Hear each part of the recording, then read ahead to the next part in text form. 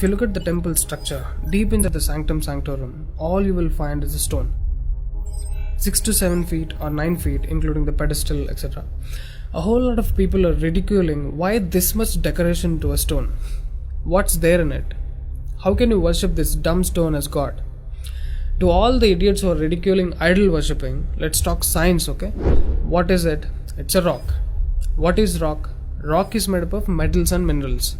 If you go to a valley and shout something, what does the rocks do? It will give you an echo.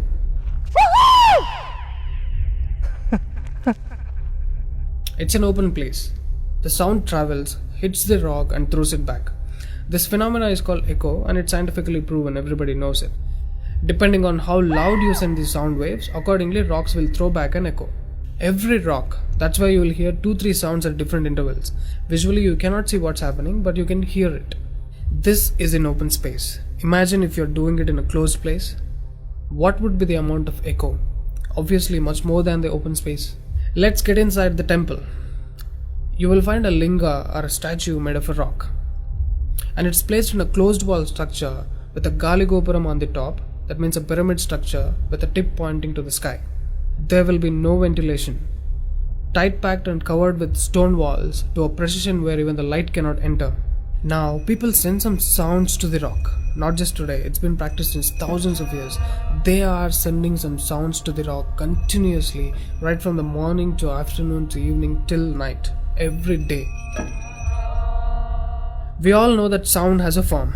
To all the lower Q people, I'm going to show you a few experiments where particles form different patterns and forms due to various types of sounds. I saw a beautiful music video in this channel in which they show how water, fire, particles respond to the sound. It's an incredible experiment, you must watch it. It is a film to describe to you the effect of cymatic frequencies. Now, 72% of your body is water. 12% is earth, 6% is air, 4% is fire and the remaining is space. Don't you think this sound has an impact on your system? Look at how drastically the water is responding to the sound. Similarly, fire. In fact, everything in the cosmos responds to the sounds. That's why yogis of the past have always said sound is the basis of existence. Every form is a certain reverberation of sound. If you master the sound, you can play with the 5 elements. That's how the sages of the past used to walk on water, disappear into the air, walk through the walls, etc. In Harry Potter movie, what you have seen is just a fiction story. But here, we have got yogis who did all that for real. Even though there are many mystics who can do these things, not just them. You and I can do it if we attain certain mastery over the sound. You need a perception beyond the senses to do that. For that, you need to do a different level of sadhana. You can't do that in a laboratory through some dumb experiment. All those who tried either ended up neurotic or died an utter failure. Wasted a lot of money in the research. So except dhyanam, technically there is no other way. Sorry to disappoint the people who are lazy to yoga. Okay, sound. I recommend you to watch more such experiments in YouTube to understand better what I'm trying to say here. Inside the temple, they chant some mantras. What happens is, the sound will touch the stone and bounce back in different directions. Because it's a closed room, the sound has to pass out through the main door.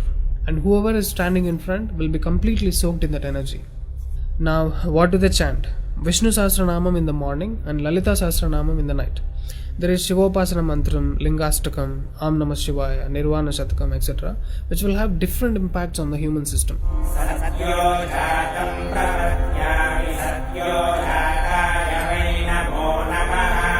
I really wanted to check what impact these sounds have on the human system. So I went to a neurosurgeon to really experiment and document the impact of these sounds on the human brain, the human system. I took my friend Rahul for the EEG test. It's called electroencephalography, where you can see the brain activity, the activity of the nervous system of a person on a computer. We played Lalita Sahasranamam to him.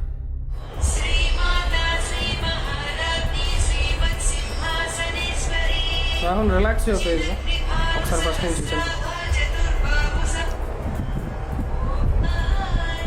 Right.